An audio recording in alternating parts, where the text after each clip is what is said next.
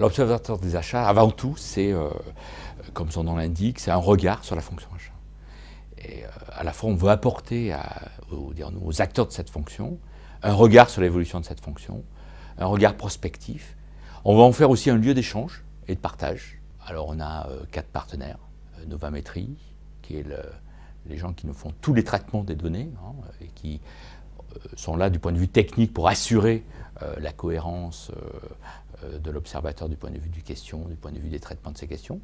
Microsoft, Bearing Point, qui est un cabinet de conseil américain, et puis donc l'ESSEC. Alors il y a un comité prospectif, une sorte de comité scientifique, ce ne sont que des directeurs achats de différents types d'entreprises, avec lesquels nous travaillons, les partenaires et eux, pour construire sur les thématiques, les thèmes, les grandes orientations futures de cet observatoire. La genèse de l'observatoire 2009 était basée sur l'idée et du constat que nous avions fait qu'il y avait quelque chose qui avait changé. Et ce qui a changé, c'est que d'un côté, dans ces années de crise et de contraintes, et qui se perpétuent aujourd'hui encore en 2010, la fonction achat était sous pression. À la fois la pression sur ses coûts de fonctionnement, c'est des hommes et des femmes, donc c'est des coûts, c'est des salaires. Donc une entreprise qui va plus ou moins bien, elle met des pressions sur les salaires. Donc des ressources. Mais alors un paradoxe, des ressources qui demandaient de plus en plus de compétences. Et il faut savoir que voilà, 78% des entreprises ne recherchent que des gens spécialisés dans le domaine des achats. Et donc l'ESSEC fournit des gens et éduque des gens dans la spécialisation achat.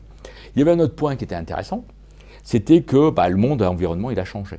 Et l'environnement du business a changé. Donc ça avait un impact sur les marchés fournisseurs. Troisième point, il y avait tout ce qui concernait la relation avec les clients internes. C'est-à-dire les fameuses directions métiers avec lesquelles les achats travaillent, puisqu'elles travaillent de concert avec elles pour trouver les meilleures solutions extérieures auprès des fournisseurs pour ces directions. Et il y avait un quatrième point qui nous paraissait intéressant d'explorer, c'est dans ces situations de crise et d'évolution assez forte, qu'attendaient les directions générales. C'était évident que l'attente des directions générales, c'était un peu une question, mais alors vous, les achats, vous connaissez bien le monde des fournisseurs, donc le monde à l'amont de l'entreprise. Qu'est-ce que ce monde en amont peut nous raconter sur le monde en aval? Parce qu'aujourd'hui, avoir un bon client, c'est aussi surtout avoir un bon fournisseur. Alors ça, c'est le premier point.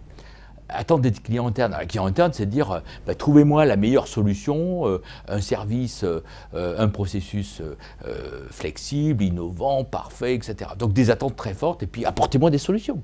Alors les achats sont-ils capables d'apporter des solutions? Ça, c'était un point important vis-à-vis des directions métiers. Et le pilotage aussi des transactions entre les directions métiers et leurs fournisseurs, et notamment d'accompagnement dans les relations avec les marchés fournisseurs. Ce qui rejoint le troisième point, qui est la capacité qu'ont les achats de travailler sur les marchés fournisseurs. Donc, quelle connaissance et quelle maîtrise des risques et quelle relation avec les fournisseurs. Il y avait le point aussi avec, du point de vue de ce qu'on appelle des RH, c'est comment on allait gérer ces ressources et ces compétences pour pouvoir être effectivement des acteurs efficaces et efficients pour l'entreprise dans ce domaine-là.